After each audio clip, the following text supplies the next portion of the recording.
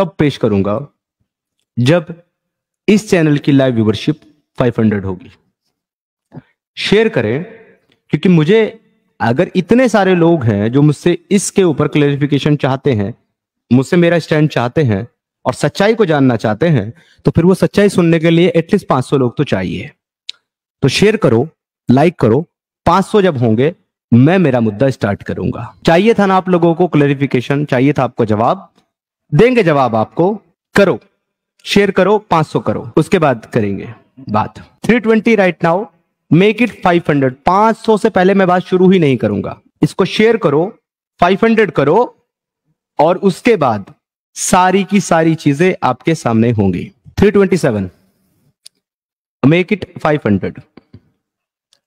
अगर आप इस पे क्लियरिफिकेशन चाहते हैं, चीजें क्लियर चाहते हैं, तो 500 करो, सारी चीजें क्लियर करूंगा मैं यहां 300 लोगों को सफाई देने नहीं बैठा हूं, क्योंकि मेरी रेगुलर व्यूवरशिप ही 1000 प्लस है। तो अगर 300 लोग मुझसे सफाई लेने आए हैं तो मैं सफाई क्यों दूंगा? इसका मतलब मुझसे कोई सफाई लेना चाहता ही नहीं है। जो चंद लोग हैं जो उछल रहे हैं, वो चंद लोग हैं, चंद सिक्के हैं जो उछल रहे हैं। 500 करो तो मैं उसके बाद सफाई दूंगा। करो, शेयर करो भाई। 500 इज नथिंग, 500 इज नथिंग। बहुत बहुत छोटा सा नंबर है 500। मुझे लगता है बात शुरू करते हैं मृत्यु भाई, धीरे धीरे हो जाएगा क्योंकि 330 समथिंग हो चुका है। 20 मिनट से बातचीत शुरू की जा रही है। 500 से पहले मैं बात शुरू ही नहीं करूंगा। सुना आपने दोस्तों, 20 मिनट तक ये बंदा भीख मांगता रहा। 20 मिनट तक ये बंदा भीख मांगता रहा। 500 कर दो, 500 कर दो। 300 हुए, 320 हुए, 327 हुए। 20 मिनट गुजर गए। अक के कहता है चलो मैं शुरू करता हूं, क्या करूं फिर, अब 320 हो गए हैं 20 मिनट पे। और स्टार्ट में भरमबाजी क्या थी कि 500 ना हुए तो मैं शुरू नहीं करूंगा, और 320 के ऊपर शुरू करके बैठ गया। ये औकात है, ये हैसियत है। जिनके 5-5 हजार व्यूअरशिप हुआ करती थी, 1,500 पे आ गए, मैक्सिमम 2,000, मैक्सिमम 2-2,500, बस 10-10 हजार, 7-7 हजार। वो भी पता था कैसे थी। हाँ, वो ऑर्गेनिक नहीं थी, वो तो हमें पता था। ये अलग मुद्दा है, इसके ऊपर भी बात हो सकती है सबूतों के साथ। मगर आज का मुद्दा कुछ और है दोस्तों। इससे पहले कि कहानी को मैं आज पेश करूं, स्टार्ट के अंदर थोड़ा सा ट्विस्ट है, और वो ट्विस्ट मेरी तरफ से है, कैरेक्टर्स की तरफ से नहीं, मेरी तरफ से। सबसे पहले तो सनातनी लोग अगर सनातन धर्म को फॉलो करते हैं तो उनको यह चीज माननी चाहिए थी कि समीर उर्फ सिद्धार्थ चतुर्वेदी जिन औरतों की गवाही अपनी सफाई में लेके आया है, सनातन धर्म के अनुसार उनकी गवाही कबूल नहीं हो सकती। लो हवाला आपकी स्क्रीन के ऊपर। मनुस्मृति अध्याय 8 है और श्लोक है 77।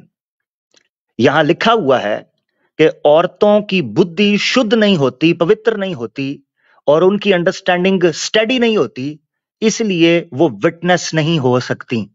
सनातन धर्म के अनुसार प्रिया शुक्ला हो या निधि, ये दोनों औरतें समीर सिद्धार्थ चतुर्वेदी की गवाह हो ही नहीं सकती। Point number 1।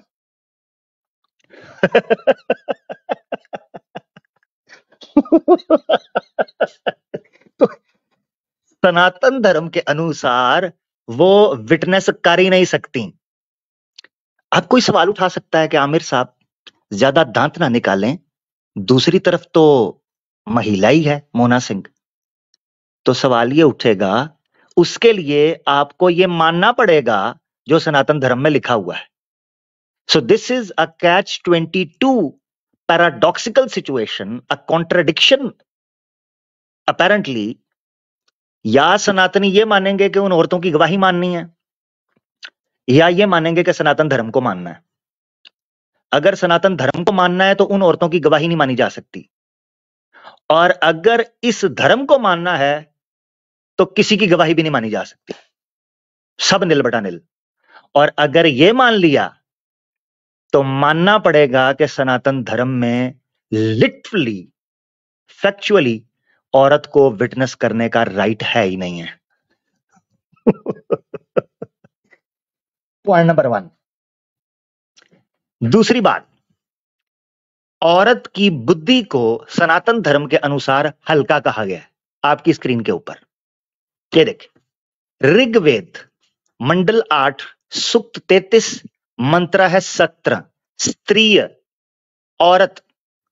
तो इंदिरा ने कहा that the mind of a woman, के एक महिला की बुद्धि is not to be controlled, उसको वश में नहीं किया जा सकता, कठिन है उसको वश में करना। ही डिक्लेयर्ड ऑल्सो, और इंदिरा ने ही ये कहा that her intellect was small, इसकी बुद्धि छोटी है, रघुण रघुण, इसकी बुद्धि छोटी है। जब महिला की बुद्धि ही छोटी है, उसमें तर्क शक्ति ही नहीं है, तो उसकी गवाही हम कैसे ले सकते हैं? यह ऋग्वेद में लिखा हुआ है।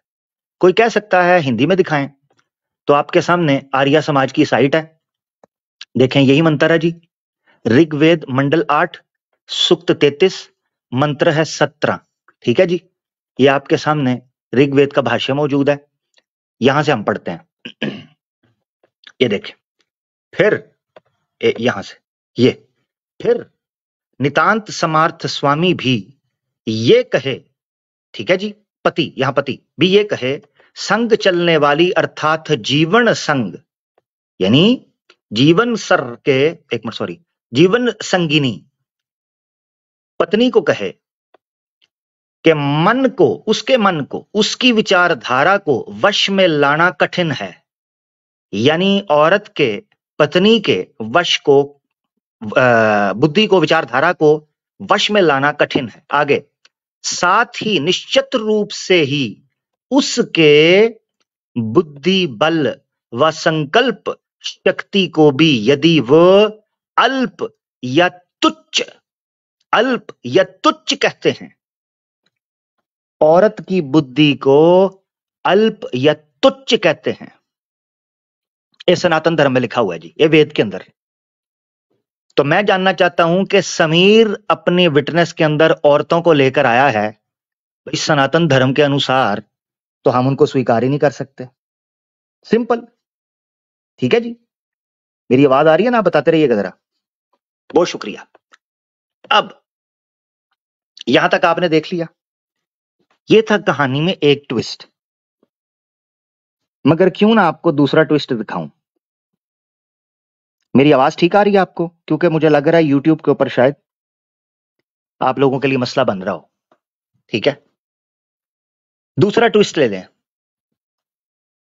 सनातन धर्म में विवाह विषय पर, या जब जीवन मरण का विषय हो, किसी को भय हो कि उसकी हत्या हो सकती है, किसी को भय हो कि उसका बिजनेस, उसका व्यापार घाटे में जा सकता है, तो उसके लिए यह चीज ओपन कर दी गई है, परमिसिबल है कि वो झूठ बोले। लो जी, झूठ बोले आपके सामने। पॉइंट नंबर 1, यह है पद्म पुराण, गीता प्रेस गोरखपुर में भी आप देख सकते हैं। पद्म पुराण है, बुक 8 है, चैप्टर 18 है, और मंत्र है 393। लास्ट में देखें, आगे भी पढ़ाऊंगा आपको। क्या कहते हैं? कहते हैं there is no sin by oath, इसमें कुछ पाप नहीं है कि आप कसम खाएं, when there is a danger to one's life, जब किसी के जीवन पर बन आए। If by telling a lie the life, आगे चलें, of a being can be saved, अगर किसी की जान बच सकती है। आगे तवज्जो तवज्जो, अगला जुमला आगे कहते हैं द ट्रूथ में बिकम फॉल्सहुड, उस समय सच बोलना झूठ बन जाता है, यानी सत्य असत्य हो जाता है। So there is no sin in taking oaths when ladies are concerned in marriages.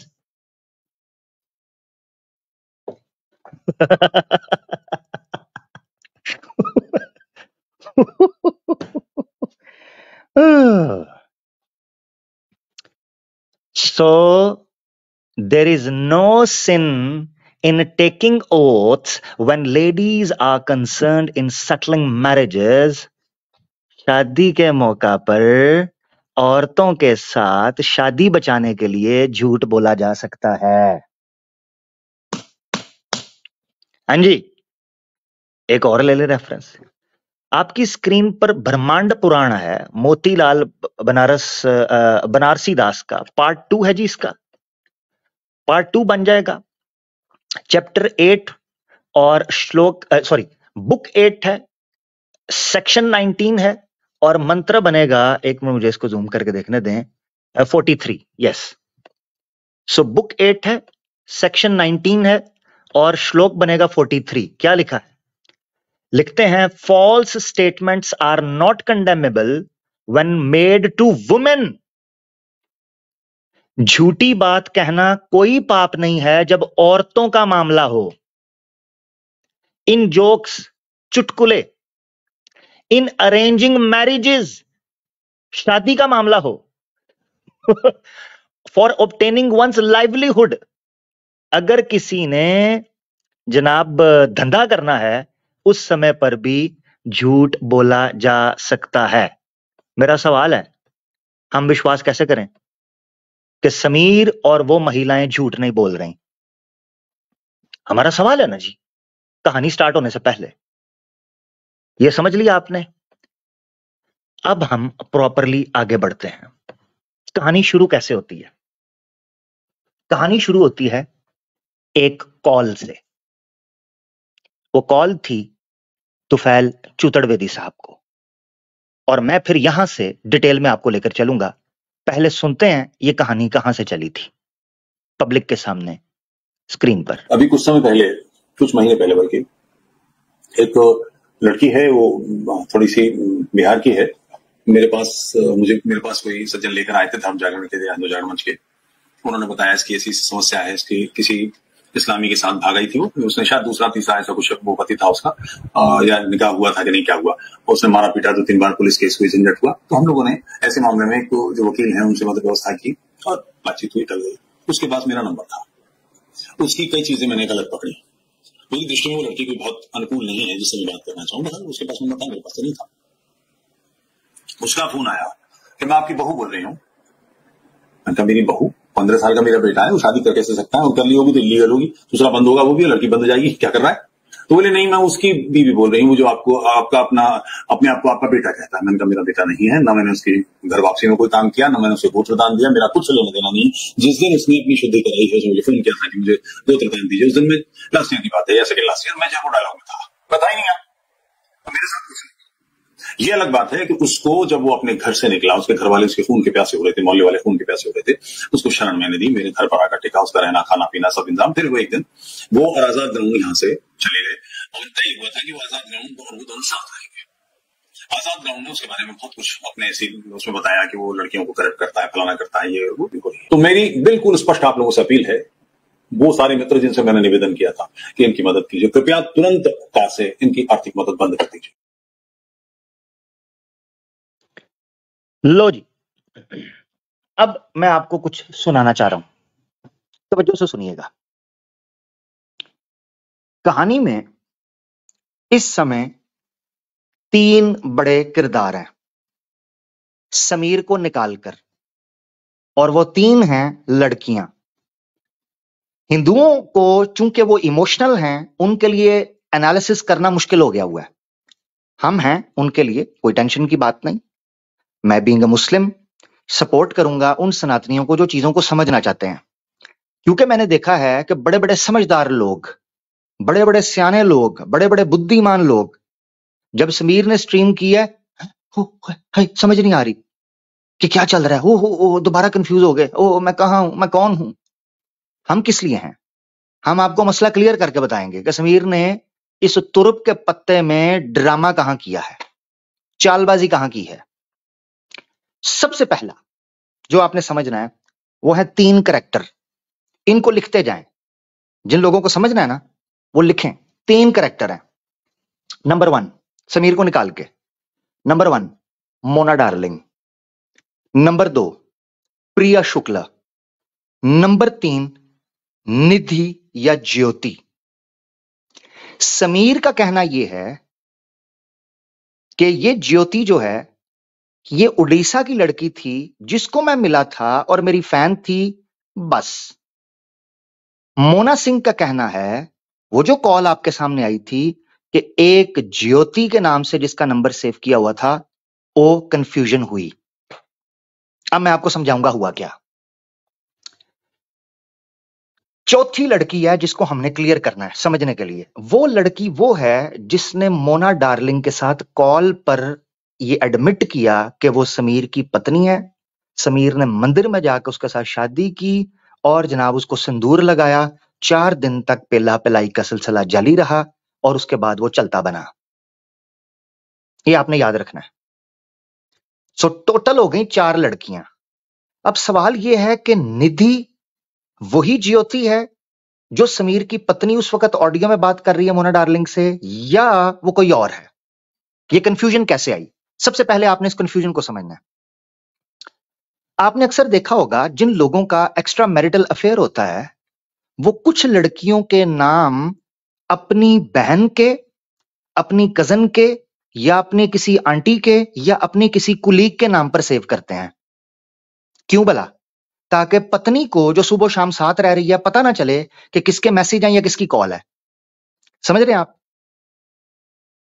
ज्योति जो थी जिसको निधि बनाकर पेश किया है, बेसिकली मोना सिंह से बचने के लिए उस नाम को ज्योति के नाम से सेव किया था। ये याद रखना है, पॉइंट नंबर 1। क्योंकि ज्योति उस लड़की को दिखाना था कि उड़ीसा की वो लड़की है जिससे मैं मिलने गया था और मंदिर वगैरह घूमा था। इस लड़की के साथ कोई चक्कर नहीं, ये पॉर्न स्टार है, पॉर्न वीडियो बनाती है। ठीक है, ये वो चक्कर है। आपको याद होगा, अगर आपने वो कॉल सुनी और मेरा प्रोग्राम देखा है तो आपको एक नुक्ता समझ आएगा, बड़ा छोटा सा नुक्ता है। उस नुक्ते में वो कहती है कि यह सवाल हुआ कि ज्योति कौन है। मैं आपको सुनाऊंगा कि ये ज्योति कौन है।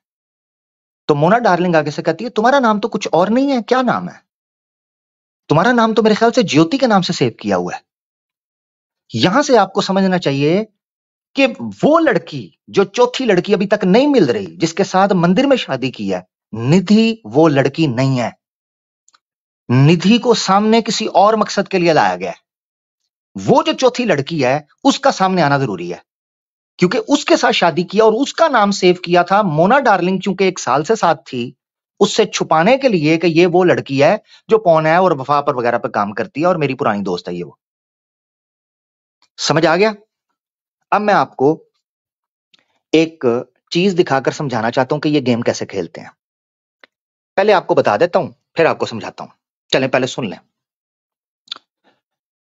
आगे मैं कुछ जाके चीजें दिखाऊंगा जो मजीद क्लियर करेंगी, और मैं पूरा एक पैटर्न दूंगा सनातनी दोस्तों को अगर वो वाकई बचना चाहते हैं पखंडियों से और धोखेबाजों से। मैं पूरा पैटर्न आपको दिखाऊंगा एक।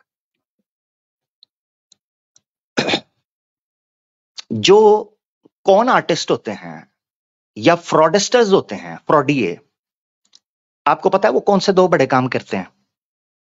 2 बड़े काम करते हैं जो फ्रॉडिये होते हैं और जो कौन करते हैं, कौन मैन या कौन वुमेन होते हैं, कौन आर्टिस्ट, लोगों को धोखा देने वाले। 2 काम करते हैं। नंबर 1, अपनी लोकेशन हमेशा चेंज करते रहते हैं। नंबर 2, अपना नाम चेंज करते रहते हैं। ये 2 काम हर कौन आर्टिस्ट और हर फ्रॉडिया करता है जिसने लोगों से पैसे ठगने हो। जहां 5-10 लाख की ठगी की, 10-12 लाख की ठगी की, जगह चेंज, नाम चेंज। पीछे से लोग आएंगे ढूंढने के लिए, वो पुराने वाले नाम से ढूंढ रहे होते हैं, उनको पता ही नहीं चलता क्या नाम है। नामों का इतना बड़ा ढेर लगा देता है एक फ्रॉडिया आदमी कि किसी भी आदमी के लिए ढूंढना उसको मुश्किल हो जाए। अब आपको जानकर हैरानगी होगी, आपकी स्क्रीन के ऊपर 2 लड़की हैं और 3 नाम पब्लिक के सामने आए हैं। नंबर 1, प्रिया शुक्ला। वफा ऐप पर नाम है इनायत और यूट्यूब के ऊपर नाम है ओए होए। सवाल यह है कि एक व्यक्ति के इतने नाम क्यों? आपको पता है क्यों? इनायत नाम मुस्लिम लड़की का नाम है, हिंदू नाम नहीं है इनायत, ये मुसलमान लोग नाम रखते हैं। ये वफा ऐप पर रखा गया है। पता है क्यों? आपको सारी स्टोरी समझाऊंगा। प्रिया शुक्ला नाम से खुद को ब्राह्मण बताती है कि मैं ब्राह्मण हूं, और तीसरा नाम है यूट्यूब के ऊपर ओए होए के नाम से। अब एक व्यक्ति के इतने नामों की जरूरत क्यों है? क्योंकि अपनी आइडेंटिटी को छुपाने के लिए, और जिन लोगों से प्यार के, ठरकबाजी के, धंधे के वादे किए हुए हैं, उनमें किसी को पता ना चल सके कि ये लड़की कौन है। ठीक है। दूसरी लड़की ज्योतिका, ओरिजिनल नाम बताया जा रहा है, वफा ऐप पर नाम है स्पाइसी, और यूट्यूब पर नाम था निधि।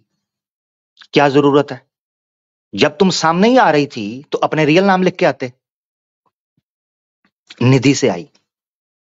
आपको समझना चाहिए कि एक व्यक्ति इतने नाम क्यों रखेगा, क्या जरूरत पड़ी है उसे, सवाए इसके कि वो लोगों को धोखा नहीं देना चाह रहे।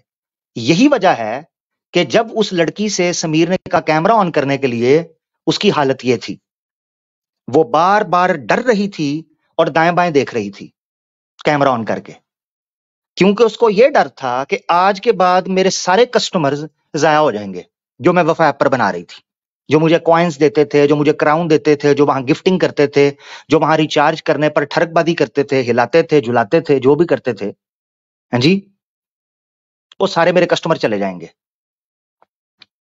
हाँ, अब आप सोचना है आपने, मैं आपको एक एंगल दिखाता हूं ऐसा क्यों था। ये आपकी स्क्रीन पर ये जो ब्लू कलर के नाम है ना, ये बेसिकली खुद को मुस्लिम प्रेजेंट करने के लिए, प्रिटेंड करने के लिए बनाए गए हैं। जैसे कि इनायत नाम मैंने आपको बताया। वफा ऐप के ऊपर लोगों को इस्लाम के खिलाफ ठरकबाजी के जरिए लाया जाता है। लड़की अपने प्यार में फंसाती है, वहां जो लड़के हैं वो अपने प्यार में लड़कियों को फंसाते हैं, और उसके बाद उनको दीन से दूर करके उनसे पैसे भी ठगते हैं और ठरकबाजी भी करते हैं। यूथ है सारी की सारी। ठीक है जी। प्रिया शुक्ला उसका ओरिजिनल नाम है, यानी कि ब्राह्मणी है ये सनातन, कट्टर सनातनी है, ब्राह्मण। और इसने स्ट्रीम में बोला मैं प्राउड ब्राह्मण हूं। आप ब्राह्मण फैसला कर लें, ये प्राउड ब्राह्मणी औरत का हाल है। तो मैं आपको याद है कि मैंने टाइटल जो लगाया हुआ है सनातन धर्म एक्सपोज्ड, या नीचे लिखा हुआ है सनातनी महिला की असली रूप। इनको पता नहीं है कि समीर ने अपने डिफेंस के अंदर सनातन धर्म की महिलाओं को नंगा करके रख दिया। इसीलिए मैंने लिखा था सनातन धर्म एक्सपोज्ड, क्योंकि पब्लिक को यह पता चल गया है कि सनातनी महिला धंधा क्या कर रही है, सनातनी महिला काम क्या कर रही है। ये 3 नाम आपको समझने चाहिए जो इन्होंने रखे, जिसको एक सेन आदमी को यह समझना जरूरी है कि एक आदमी को इतने नामों की क्यों जरूरत है। ठीक है। सिर्फ एक ऐप नहीं है, ज्यादा ऐप है। ऑब्वियसली आप लोग ज्यादा बेहतर जानते हैं। ठीक है, जो लोग एप्स वगैरह यूज करते हैं तो उनको ज्यादा पता होगा कि क्या मामला है। वापस आ जाएं। अब मैं आपको एक जगह अपने साथ लेकर जाना चाहता हूं। वो जगह है माजी, अतीत। इसको समझना जरूरी है। प्रिया शुक्ला की गवाही समीर के हक में इसलिए भी कबूल नहीं की जा सकती कि वो उसको 3 से 4 साल पहले से जानती है, उसकी पुरानी दोस्त है, हर राज से वाकिफ है, वो तो उसके हक में गवाही देगी। अगर कहें नहीं, उसके करीब होने की वजह से और उसको पुराने जानने की वजह से सिर्फ वही सत्य बता सकती है समीर के बारे में, तो फिर आजाद ग्राउंड क्यों गलत है? आजाद ग्राउंड तो उसके साथ एक जगह पर रहा हुआ है, एक जगह पर। फिर प्रिया शुक्ला की क्यों माने और आजाद ग्राउंड की क्यों ना माने? Point number 1। दूसरा, तुफैल चतुर्वेदी के भी घर में रहा हुआ है। तुफैल चतुर्वेदी से भी ज्यादा कौन जान सकता है? तुफैल चतुर्वेदी क्यों इससे नाराज है, क्यों इससे दूर जा रहा है, अगर इसके पास इतने स्ट्रॉन्ग एविडेंसेस हैं? नंबर 3, पूजा उपाध्याय, उसको तो मां बोलता है, वो इससे क्यों खफा है? यह सवाल है। वो सेटिस्फाई क्यों नहीं है? ये पब्लिक में आकर हिंदुओं को सेटिस्फाई करने की कोशिश कर रहा है, क्योंकि वो इससे दूर हैं, इसकी हकीकत नहीं जानते। और पहले करीबी लोगों को तो सेटिस्फाई कर, जो तुझे इन एंड आउट जानते हैं, वो क्यों सेटिस्फाई नहीं हुए? And the most important person, a female in the USA, इसकी यूएसए की मम्मी, वो क्यों सेटिस्फाई नहीं है? क्योंकि उसने बात की हुई है उस चौथी लड़की से जिसको सामने नहीं लाया जा रहा। हां, क्योंकि वो लड़की जो उड़ीसा की लड़की बनकर आई और जिसकी पिक्चर अभी आपकी स्क्रीन पर आपको नजर आ रही है, इस लड़की का एक्सेंट उस लड़की से मिलता ही नहीं है। अब समीर ने दाना क्या डाला? समीर कहता उसने फेक ऑडियो बनाई है। वो फेक ऑडियो बना सकती है तो तू उसकी फेक कॉल्स नहीं बना सकता, फिर तेरे पे यकीन कैसे करें? उसकी फेक है तो तेरी ओरिजिनल कैसे है? सवाल तो ये है।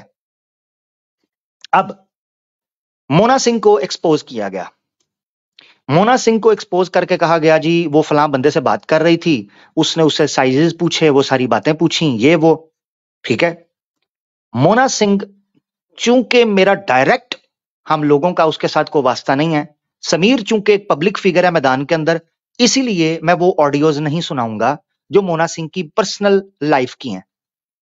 समीर पर्सनल नहीं है, समीर पब्लिक फिगर है, ये फर्क समझना चाहिए। सनातनियों को फर्क समझना चाहिए। मैं बीइंग वेरी ऑनेस्ट और वेरी सिंसियर आदमी के तौर पर आपको बात रख रहा हूं। मोना हो या कोई भी हो, लड़कियों में से कोई भी पब्लिक फिगर नहीं है, इसीलिए मैं उस लड़की की ऑडियोज नहीं चलाऊंगा, क्योंकि उस लड़की ने जो भी बातें की हैं वो उसकी पर्सनल लाइफ है। Sameer is not a personal individual person, he is a public figure, ठीक है। ऐसी सूरत में समीर की बात तो चलती है, वो तो चलती रहेगी, मगर एक मिनट रुक कर आपके सामने एक बात रखना चाहूंगा सनातनियों। समीर ने अपने डिफेंस में मोना डार्लिंग की ऑडियो चलाकर सनातनी औरत को ही नंगा किया है पब्लिक में। वो जो कुछ भी गंद उस ऑडियो के अंदर बक रही है 500 रुपए के लिए या 5000 रुपए के लिए या एक रिचार्ज के लिए, वो सनातनी महिला है। क्या सनातनी लोग अकल से काम ले सकते हैं कि जिन खंजीरों कुत्तों को तुम लाखों रुपए दान कर रहे हो, वहीं तुम्हारी सादी सनातनी महिला अपनी तस्वीरें और अपने शरीर के बारे में गुप्त जो बातें हैं वो बयान करने के ऊपर बेचारी 5-5 हजार रुपए के लिए एक प्रोस्टिट्यूट की शक्ल इख्तियार कर गई हुई है। वो तुम्हारी सनातनी बहन है जिसको समीर नंगा कर रहा था। हां, फर्क समझ आया? जब आप भड़वों को और दल्लों को पैसे देते हो, प्रोस्टिट्यूट को फिर इतना सा ही मिलता है। भला बताओ, कोई टांगे वाला या कोई रेडी वाला अपने गधे को अपने से ज्यादा खिलाता है क्या? कभी किसी टांगे वाले को घोड़े को ज्यादा अच्छा खाना और खुद को बुरा खाना खिलाते देखा है? वो तो मालिक है। तो जब आप इन भड़वों और दल्लों को पैसे दोगे तो ये भड़वे और दल्ले अपने घर के अंदर अच्छा पालन पोषण करेंगे और जिन दीदियों के नाम पर तुमने दिया था उनको धुतकार कर बाहर फेंकेंगे। ये है हकीकत। खोतों की तरह, घोड़ों की तरह, कुत्तियों की तरह ट्रीट करेंगे, और यही किया उन्हें। तो और चुपो, इस्लाम के खिलाफ बात करो। खादिया ने ना गाजरा, हाँ टेड पीड़, हाँ और रोवो बैक। अब आगे बढ़ने लगा हूं मैं। यहां से बड़ा इंपॉर्टेंट हिस्सा शुरू होने वाला है, क्योंकि यहां आपने एक चीज को समझना है। पॉइंट नंबर 1, आपको याद होगा समीर की एक 10 सेकंड का क्लिप स्क्रीन पर आया था जिसमें एक लड़की समीर के पास नाड़ा बांध रही है ट्राउजर के अंदर और वो कैमरे पर आ गई। बड़ी आवभगत हुई समीर की, बड़ी लेदे हुई समीर की, बड़ी चूं चुरा हुई समीर की, और समीर ने एक स्ट्रीम में जाके कहा कि वो मेरी लैंडलॉर्ड थी, वो किराया लेने आई थी। वो किराया लेने आई थी, मेरी लैंडलॉर्ड थी।